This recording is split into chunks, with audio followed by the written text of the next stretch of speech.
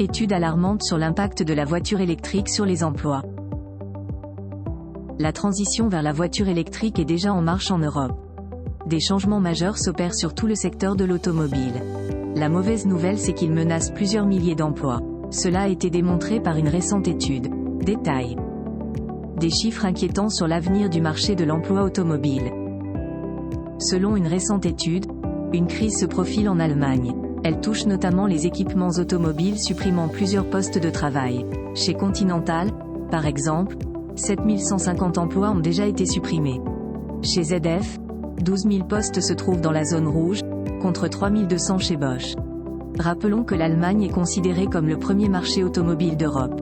Or, les commandes d'équipements automobiles chutent. Les gérants de ces grandes entreprises sont contraints de prendre des décisions draconiennes. Toujours selon cette étude, 10 000 postes pourraient être supprimés dans les 5 prochaines années chez Forvia.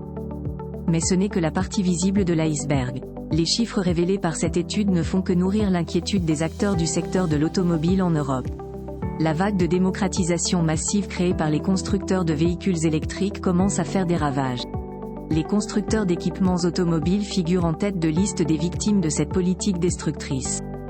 Face à cette situation alarmante, les grands constructeurs automobiles européens doivent sacrifier une partie de leurs ressources humaines. D'après les estimations des experts du marché, environ 30% des postes sont menacés. Dans le détail, 200 000 salariés pourraient perdre leur emploi en 2030. Or, aujourd'hui, 270 000 employés sont devenus chômeurs en Allemagne. L'interdiction des moteurs à combustion dès 2035. Bien que le plus grand parti politique de l'Union européenne s'oppose à la future interdiction des moteurs thermiques dès 2035, cette mesure a déjà été validée. Il s'agit du groupe de centre-droit Parti populaire européen, PPE. Mais au final, ça n'a rien changé. La date butoir reste inchangée. Dans 10 ans environ, les véhicules thermiques ne seront plus commercialisés en Europe. Il n'y aura plus de moteurs à combustion sur le marché automobile européen. Le moment venu, des milliers de personnes vont perdre leurs emplois. Une prédiction faite par des experts qui pourrait devenir réalité plus tôt que prévu. Le législateur allemand Jens Giesecke, celui qui dirige le PPE, s'oppose à l'interdiction de vente des moteurs à combustion d'ici 2035. Selon lui, cela pourrait créer un effet à vanne.